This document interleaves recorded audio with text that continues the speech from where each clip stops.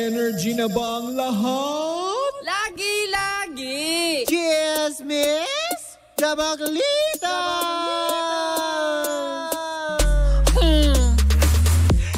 Same, pero iba! Isang magandang Thursday morning sa inyong lahat. At syempre ako'y mag-isa dahil busy na ang aking amiga. Dahil mamayang gabi po magaganap ang aming Christmas party kung saan nga naman ay kinakabitan na po siya ng mga prosthetics. O, diba? Kasi po ang outfit po niya ay magmi-Michelle D siya. So, si Michelle D. Aeroplano, sa kanya naman po, yung buong Negros Navigation. Yun yung hihilain ng aking partner na si Tita Cora, o diba? Career kong career, o diba, na nakakaloka. Anyway, isang ng aking partner si Tita Cora, ako pa rin po si Kapitana Sisa, at eto na ang Baklita sa Woo! O diba, dami. O kasi diba, nakakatuwa. Diba, this coming January 19, solid 2 years na ang Baklita. At syempre sa lahat pa rin po ng mga nakatutok, maraming salamat po. At syempre sa mga nakikichismis natin, mga kumaren dyan aba, meses! O diba? Maraming salamat. At syempre batiin lang natin ang advance happy birthday. Ayan, ang kasamahan yata or isa sa mga malalapit sa puso ng ating kapatid na si Miss Cheryl Cosim na si Mr. Errol Quintos ng advance happy birthday. Happy birthday sa'yo, Errol. Sana makatikim kami ng handa mo. O, diba, na nakakaloka. Pero anyways, hello pa rin po sa inyong lahat dyan. At syempre, eto na ang chismis na pinangaantabayanan ng lahat.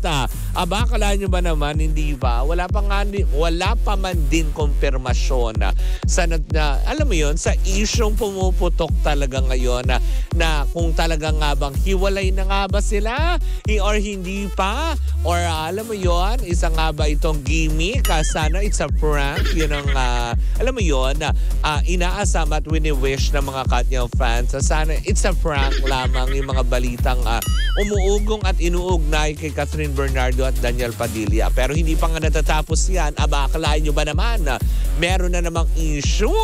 Dahil nga, diba, sa napipinto nga, alam mo yun, alam mo yung pagre-renew di umano ng Katniel sa ABS-CBN dahil hanggang ngayon pa daw wala pa rin konfirmasyon kung naka-renew na nga ba ng kontrata ang Katniel sa ABS-CBN. Aba, nakakaloka itis. Ngayon naman may issue na naman na plano na daw nabuwagin ng ABS-CBN ang tambalang Catherine Bernardo at Daniel Padilla. Pero parang medyo ang sabi ng mga netizen at ng mga meses na nakikichismis sa atin ay parang bang napaka-imposible na buwagin. Dahil, alam mo yun, noong 2020, kung matatandaan natin, na nag-shutdown ang ABS-CBN, bukod tangi ang Katniel na nandigan at nakipaglaban para sa ABS-CBN. Diba? Totoo naman din yan, nakakaloka. Diba? Sa isang interview nila, diba, ay sinabi ni Catherine Bernardo habang kasama niya si Daniel Padilla nung panahong 2020 na ito ay magiging loyal sila sa ABS-CBN at walang pwede, alam mo yun, wala silang pwedeng maging dahilan para talikuran at iwanan ang network na nagbigay sa kanila ng oportunidad kung para marating nila ang tugatog ng tagumpay na, alam mo yun, tinatamasa nilang pareha. Kaya siguro dun sa issue na yun, medyo parang ako, hindi rin ako naniniwala na hindi i-renew or bubuwagin yung samahan nila dahil unang-una prime star artist sila, diba? Kumbaga parang class A artist, kumbaga ganyan. Ang taray, may classification!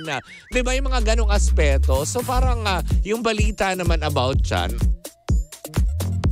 Excuse me po, o diba? Ayun, yung balita naman tungkol dyan na hindi i-renew, bubuwagin, na si Catherine Bernardo ay medyo parang sasama na sa grupo ni Maha Salvador at ni Rambo Nunez. Parang imposible naman dyan sa aspeto na yan. Dahil kahit masabihin mo alam mo yun, hindi matuloy yung pag-renew or pag-pirma ng kontrata, parang feeling ko naman ang loyalty nung dalawa ay nasa kapamilya pa din. Kasi syempre, di ba, ang dami nang nag-offer sa kanila pero hindi nila iniwan ang ABS-CBN. I salute you guys. Kaya nga naman, di ba, ever since the world began, I'm a Katniel fan. O, di ba? Sorry, proud ako yan. Kaya nga naman yung mga napapabalita pa na kung ano-ano man tungkol sa kanila, ay nako, di ba?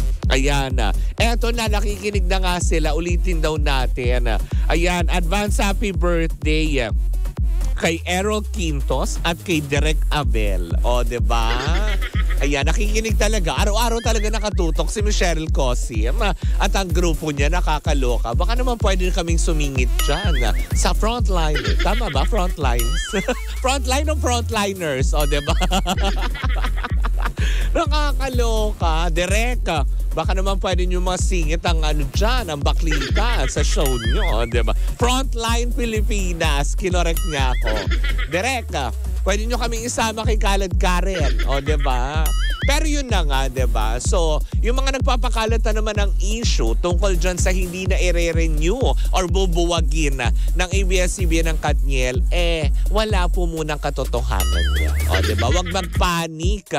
Di ba? Wala pa nga tayong konfirmasyong nakukuha dun sa hiwalayan nila. Eto na naman ngayon. Pangunahan ba natin ang ABS-CBN? Di ba? Na nakakaloka. Kaya huwag tayong magpanik sa mga nababalitaan natin, sa mga nagpapakalat ng chismis.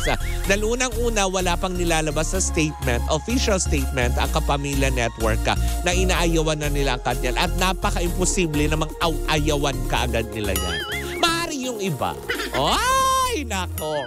Diba? Pero ang Katniel, hindi. Diba? Ganun talaga yan. Tsaka tigilan na natin yung pag-i-issue na lilipat ng ganito, lilipat sa ganyan. Diba? Wala ba nilalabas? Huwag natin pangunahan. Diba? Hindi tayo si Jollibee para maging bida-bida. O, diba? Nakakaloka yun. Diba? So, yan.